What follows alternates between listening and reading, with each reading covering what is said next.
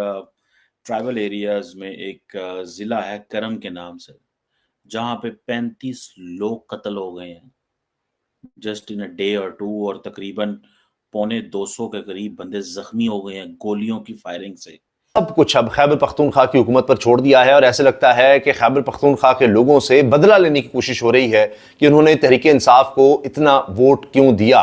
पर आ रहे हैं क्योंकि जो दोनों फरीकैन हैं उन्होंने जंगबंदी पर रजामंदी जाहिर कर दी है, लेकिन कुरम के इलाके में, कुरम एजेंसी या ज़िला कुरम में ये पेश आने वाला कोई पहला वाक़या नहीं है। गुज़श्ता कई सालों से वहाँ पर एक टेंशन चल रही है। मुल्क को डिफॉल्ट से बचाया, रुपया मुस्तहकम हुआ।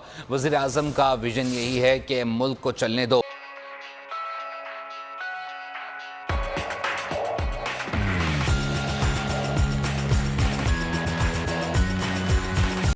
It doesn't seem like a state, it seems like a, मतलब आप पता नहीं कहाँ आ गए हैं।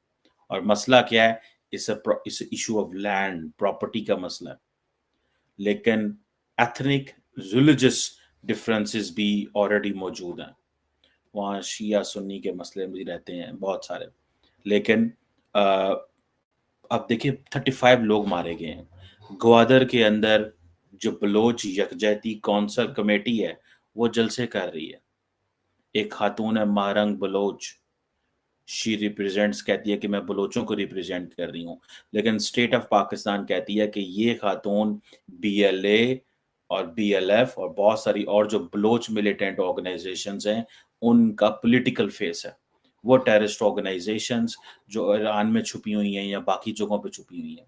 इस तरह मस्तोंग बलोचिस्तान के अंदर भी प्रोटेस्ट हो रहे हैं।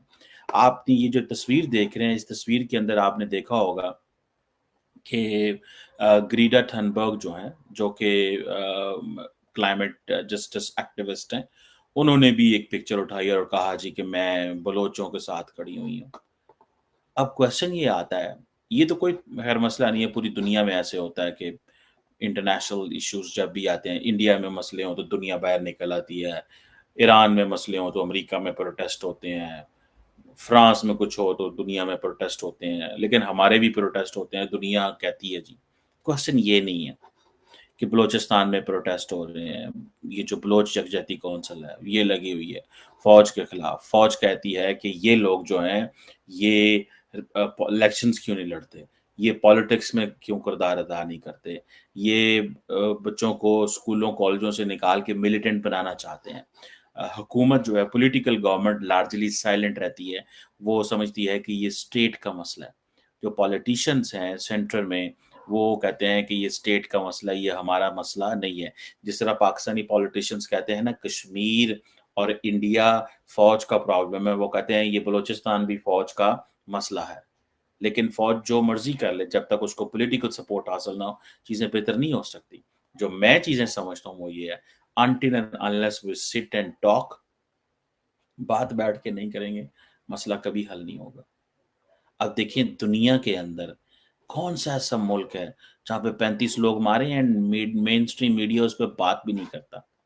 You can not have a country like this for long. मतलब this is an digital age. एक जिसे वो कहते हैं ना, पुलिस स्टेशन पे हमले हो रहे हैं।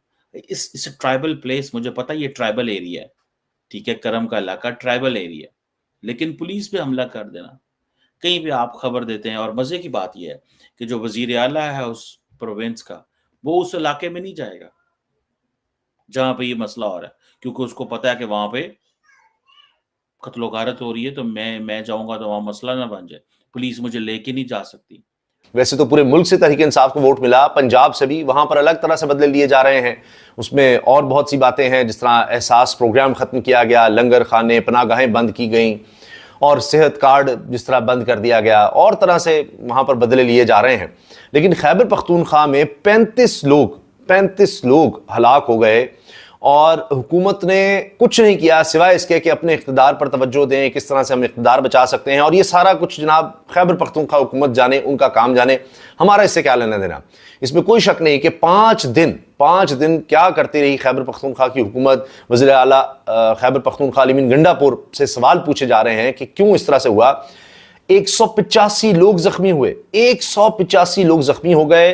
दो ग्रुपों के दरमियान, दो कबाइल के दरमियान ये झड़पें होती रही हैं। जमीन का तनाजा है, ये हर चंद महीने के बाद या कुछ अरसे के बाद ये उठ जाता है।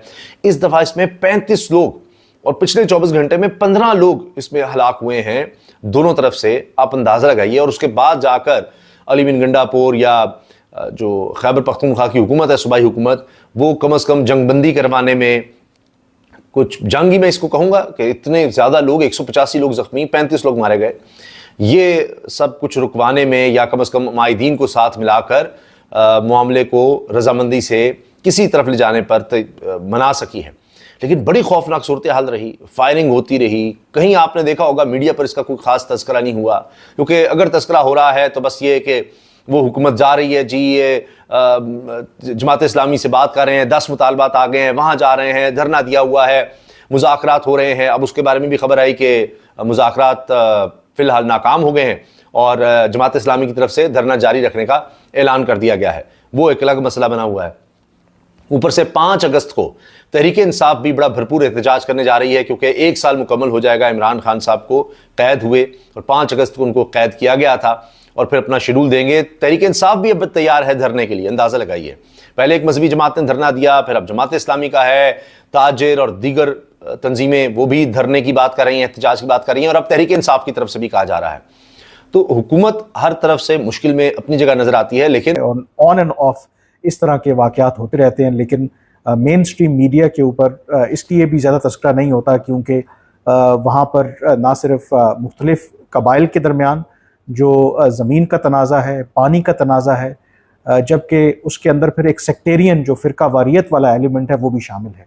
और वो फ़िरका वारियत वाला जो एलिमेंट है वो इसलिए शामिल है कि जो कुरम की टोटल आबादी है लगभग 6,20,000 के करीब, 58% जो है वो सुन्नी है, जबकि 42% वहाँ पर शिया पॉपुलेशन है। और कुरम की जो अपनी एक स्ट्रेटिजिक सिग्निफिकेंस है, क्योंकि उसकी सरहद जो है वो अफ़गानिस्तान के साथ लगती है। फिर अफ़गानिस्तान के साथ सरहद लगने की वजह से जो उसकी प्रॉक्सिमिटी है बाकी जो सबका कबायली इलाके हैं, और उसमें जो एक फैक्टर 9/11 अटैक्स के बाद उसने एक बड़ा अहम रोल प्ले किया कि वहाँ पर कई दहाइयों से कबाइल के दरमियान एक लड़ाई तो ज़मीन के तनाज़े के ऊपर, पानी के तनाज़े के ऊपर जारी थी, लेकिन 9/11 अटैक्स के बाद जब ये मिलिटेंसी वाला मामला शुरू हुआ तो फिर जो एक्सटर्नल फैक्टर्स हैं उन्होंने भी बड़ा एक अहम रोल प्ले किया, जिसकी वजह से ये जो मामलात हैं वो मज़ीद कॉम्प्लिकेट हुए, मज़ीद पेचीदा हुए। तो जो ये वाक़या पेश आया है गुज़श्ता 5 दिनों में, दोनों फ़रीक़ैन के दरमियान भारी असला भी इस्तेमाल किया गया, और कहा यह जा रहा है कि इनिशली ये इलाका कुरम के एक दूर दराज इलाके में 2 कबाइल के दरमियान, 2 ख़ानदानों के दरमियान शुरू हुआ, और देखते ही देखते उसने जो बाकी लोग हैं, बाकी इलाके हैं, गांव हैं, उनको भी अपनी लपेट में ले लिया। और फिर लोग ना सिर्फ कबाइल की बुनियाद पर बल्कि मसलक की बुनियाद पर भी फिर इसमें शामिल हो गए, और वहाँ पर मिसाइल भी फायर किए गए। और जो इतने 5 दिनों में जो ये लड़ाई हुई, जिसके नतीजे में कहा यह जा रहा है कि 35 अफराद जो हैं वो जान से गए हैं। लेकिन ऐन मुमकिन है कि नंबर इससे कहीं ज़्यादा हो, क्योंकि आम तौर पर इन इलाकों के अंदर जब इस तरह की सिचुएशन डेवलप होती है तो सड़कें बंद हो जाती हैं, लोग अपने घरों तक मैसूर हो जाते हैं, और जब इस तरह की सिचुएशन होती है ज़ख्मियों को वहीं पर इलाज उनका किया जाता है, और अगर उनकी हलाकत हो जाती है तो फिर अपने इलाकों में उनको दफना दिया जाता है। और फिर क्योंकि इंटरनेट मीडिया की रसाई उस तरीके से वहाँ पर नहीं है, तो आपको इन्हिसार करना पड़ता है। यहाँ पर जो मकामी ज़राए हैं, वहाँ पर जो हॉस्पिटल हैं, जो सिक्योरिटी ऑफिशल्स हैं,